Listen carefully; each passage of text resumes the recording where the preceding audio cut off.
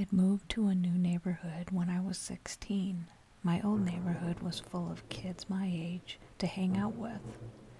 We would go out and do stuff and come to each other's houses all the time.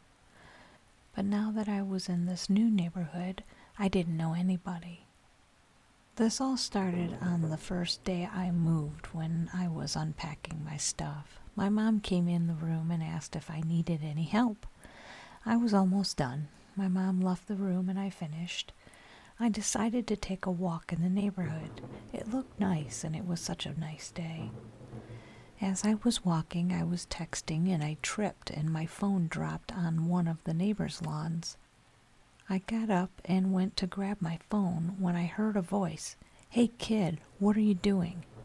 I looked up to see an angry old man on the porch. I told him I was only trying to get my phone, but he kept yelling at me not to go on his lawn. Suddenly I heard another voice. "Relax, old man." I looked to see a boy who looked to be my age come next to me. "He just wants to get his phone." The old man gave the boy an angry look. I picked up my phone and the man went inside angry. The boy looked at me. "Don't worry about him," he says. "He's just psycho." I tell him it's all right.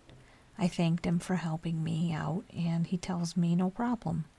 "My name's Jer," the boy tells me. "Well, it's really Jerry, but I go by Jer." "What's yours?" "Elliot," I tell him. He smiles and asks me how old I am. I tell him my age and he says that he is indeed that age as well. He asked me if I wanted to hang out and I agreed. He shows me this arcade nearby. He says it's the best one in town. I go along with it because I love arcades myself.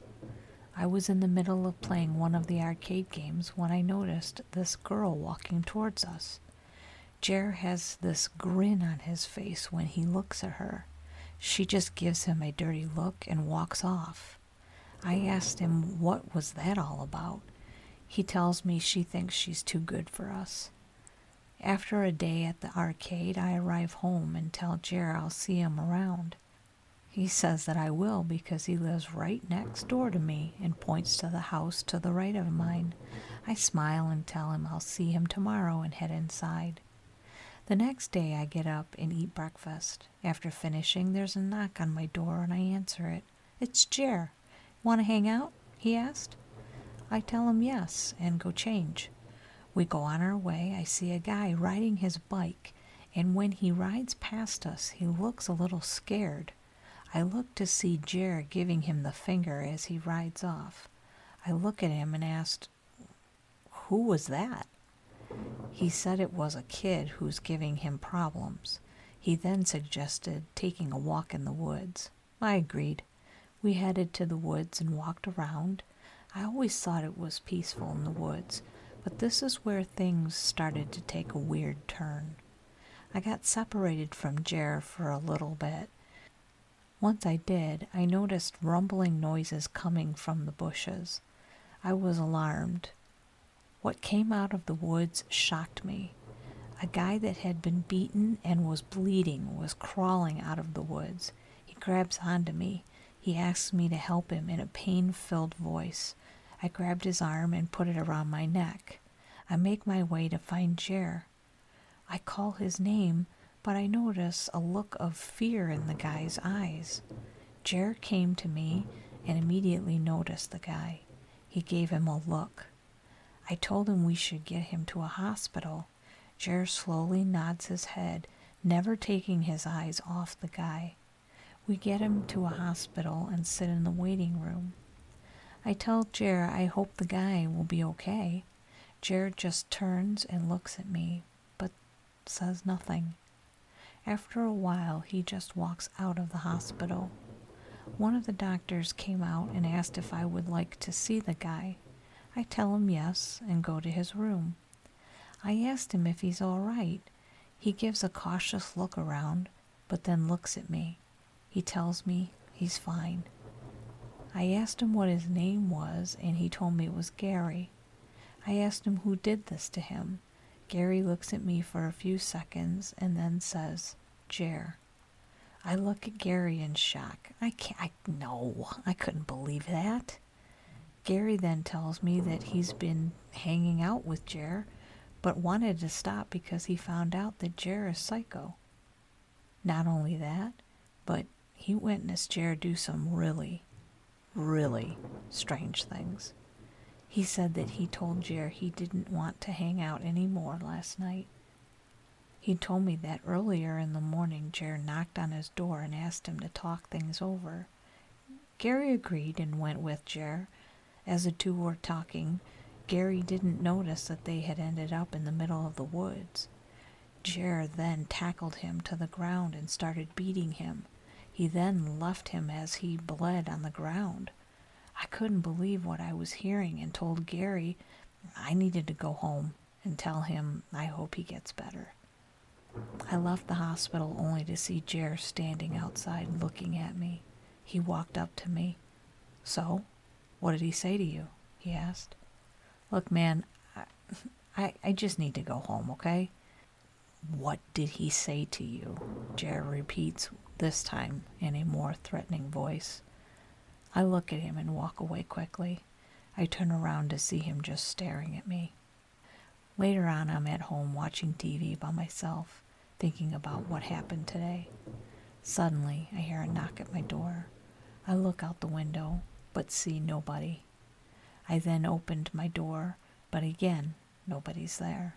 I shrug it off as me just hearing things and go back to watching TV. A few minutes later, I hear a tapping coming from the kitchen window. I ignore it, thinking I'm just hearing things. It then gets louder, and I go and look out the window. Nobody was there. I know I didn't hear things this time. Suddenly, I hear a tapping noise coming from the window in the living room. I go back in there and look out, but this time, I see someone running to the side of my house. I panic and look at every window downstairs. Nobody was there. I then decided to call the police. Just as I was about to pick up the phone, it rang. I answered. "Hello?" A heavy breathing noise came from the other side. Suddenly, the power went off. I was really freaked out now. I was home alone with my power out at night with someone outside my house.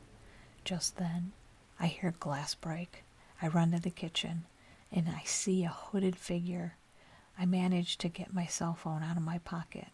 I was so freaked out I forgot it was there.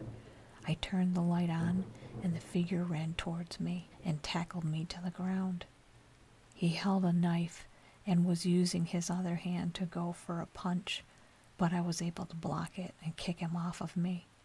I ran towards the front door, but the figure grabbed me and pulled me further into the dark house.